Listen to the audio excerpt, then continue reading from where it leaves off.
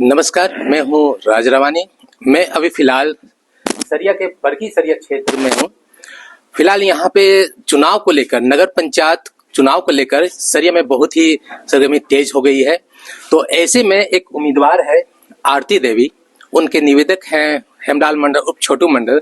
उनसे जानने की कोशिश करते हैं कि आखिर जब वो चुनाव में आए हैं किस मकसद से आए हैं और जनता के लिए उनके मन में क्या चीजें हैं जो जनता के लिए वो विकास करेंगे। तो आइए मिलते हैं।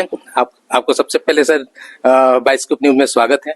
बहुत बहुत धन्यवाद आपका चैनल का, क्योंकि आपके माध्यम से लोगों तक हमारी आवाज पहुंचेगी, इसके लिए आपके चैनल को बहुत बहुत धन्यवाद। सर एक सवाल है, क्योंकि अभी चुनाव 23 फरवरी को चुनाव होने वाला है और आपके उम्मीदवार में है आरती देवी है, तो ऐसे में जनता क्या उम्मीद रखेंगे आपसे? देखिए, एक बहुत बढ़िया आप सवाल किए राज जी।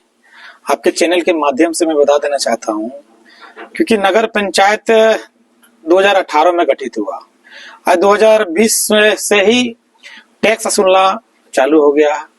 और क्योंकि नगर पंचायत में 6 साल के दरमियान में किसी तरह जनप्रतिनिधित्व नहीं मिला था, जो कि विकास के जो गति जो जिस तरह होना चाहिए था वो गति नहीं मिल पाया सरिया नगर पंचायतियों को, और मनमानी तरीके से होल्डिंग टैक्स भी वसूला जा रहा था। जनता परेशान है और हम लोग युवा सोच विचारधारा में जो हमारे आरती देवी जी का जो छाप है, एयर कंडीशनर छाप 1 नंबर है, और हम लोग युवा ज्यादा से ज्यादा जागरूक करेंगे और जन जन तक जाएंगे।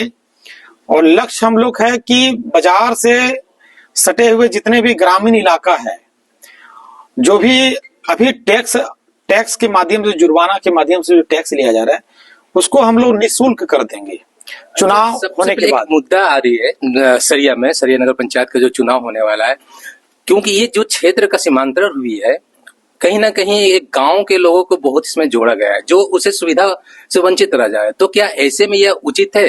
क्या इसको आगे चल के इस पे क्या राय दिया जाएगा या क्या विचार किया जाएगा? बिल्कुल, आप अच्छे सवाल किए। नगर पंचायत के यहाँ से दूरी लगभग 6 किलोमीटर दूरी पूरी तरह से एकदम ग्रामीण इलाका है। वहाँ के लोग लगभग 300 आबादी है और नहीं किसी 4 व्हीलर यहाँ से जा नहीं सकता है उस इलाका में, और ग्रामीण इलाका है और शहरी क्षेत्र में जोड़ दिया गया है।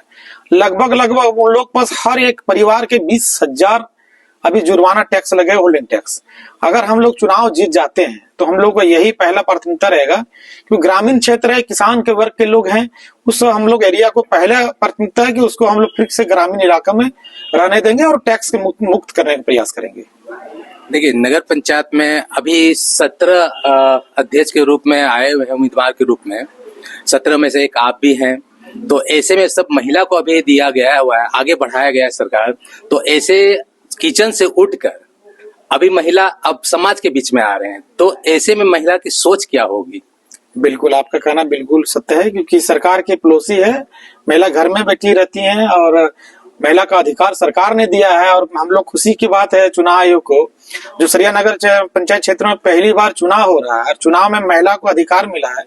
तो मैं चुनाव आयोग को बहुत बहुत धन्यवाद देना चाहता हूँ, क्योंकि जब महिला हमारी आएंगी तो महिला जो घर में जो सरकारी सुविधा जो मिल रहा है और जो दलाल बिचौलिया जो पड़े हुए हैं उनके पीछे, और जब महिला प्रतिनिधित्व करने का मौका मिलेगा, जैसे कि आप जानते हैं कि प्रधानमंत्री आवास में लगभग जितने भी आवास हमारे 150 या 200 आवास बना नगर पंचायत में, सभी से 15,000, 10,000, 20,000 मनमानी के तरीके से वसूला गया, क्योंकि जानकारी नहीं है किसी को, क्योंकि प्रतिनिधि है नहीं। और महिला बन जाएंगी तो घर में रहती है, गांव में रहती है, तो एक दूसरे से जानकारी उसको मिलेगा कि जब भी सरकारी की आवास आवंटित होता है तो निःशुल्क होता है। और मेरा एक ही लक्ष्य है कि जब भी अगर हम बन जाते हैं, चुनाव जीत जाती है आरती देवी, तो जो भी सरकारी सुविधा जो मिलेगा ग्रामीणों को वह निःशुल्क होगा।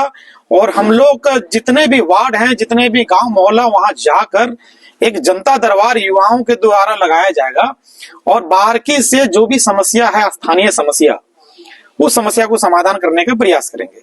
अच्छा, ये तो आ गई है विकास की बात को लेकर, लेकिन सबसे पहले एक चीज ये बताइएगा, जब आप जनता के बीच में आइएगा तो सबसे पहले आपका जो यहाँ के क्षेत्र में जो सबसे बड़ा जो विकास नहीं हो पाई जो चीजों के कारण, वो सबसे पहले आप क्या आपका डिमांड रहेगा जनता के बीच में कि आप क्या विकास कीजिएगा? सबसे पहले आपका मुद्दा क्या रहेगी?